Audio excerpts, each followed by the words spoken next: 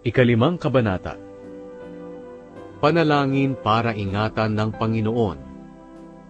O Panginoon, pakinggan niyo po ang aking mga hinaing at iyak.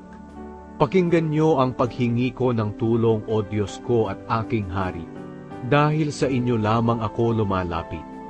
Sa umaga, O Panginoon, naririnig niyo ang aking panalangin, habang sinasabi ko sa inyo ang aking mga kahilingan, at hinihintay ko ang inyong kasagutan. Kayo ay Diyos na hindi natutuwa sa kasamaan, at hindi nyo tinatanggap ang taong namumuhay sa kasalanan. Ang mga mapagmataas ay hindi makalalapit sa inyong harapan, at ang mga gumagawa ng kasamaan ay inyong kinasusuklaman. Lilipulin nyo ang mga sinungaling.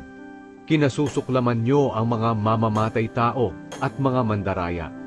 Ngunit dahil sa dakila niyong pag-ibig sa akin, makakapasok ako sa banal niyong templo, at doon ako'y sasamba ng may paggalang sa inyo. O Panginoon, dahil napakarami ng aking mga kaaway, gabayan niyo ako tungo sa inyong matuwid na daan. Gawin niyong madali para sa akin ang pagsunod ko sa inyong kagustuhan. Hindi maaasahan ang sinasabi ng aking mga kaaway. Laging hangad nila'y kapahamakan ng iba. Ang kanilang pananalita ay mapanganib katulad ng bukas na libingan, at ang kanilang sinasabi ay puro panloloko. O Diyos, parusahan niyo po ang aking mga kaaway. Mapahamak sana sila sa sarili nilang masamang plano. Itakwil niyo sila dahil sa kanilang mga kasalanan, dahil sila'y sumuway sa inyo. Ngunit magalak nawa ang lahat ng nanganganlong sa inyo. Magsiawit nawa sila sa kagalakan.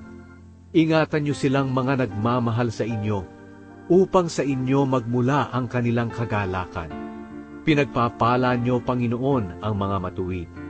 Ang pag-ibig niyo ay parang kalasag na nag-iingat sa kanila.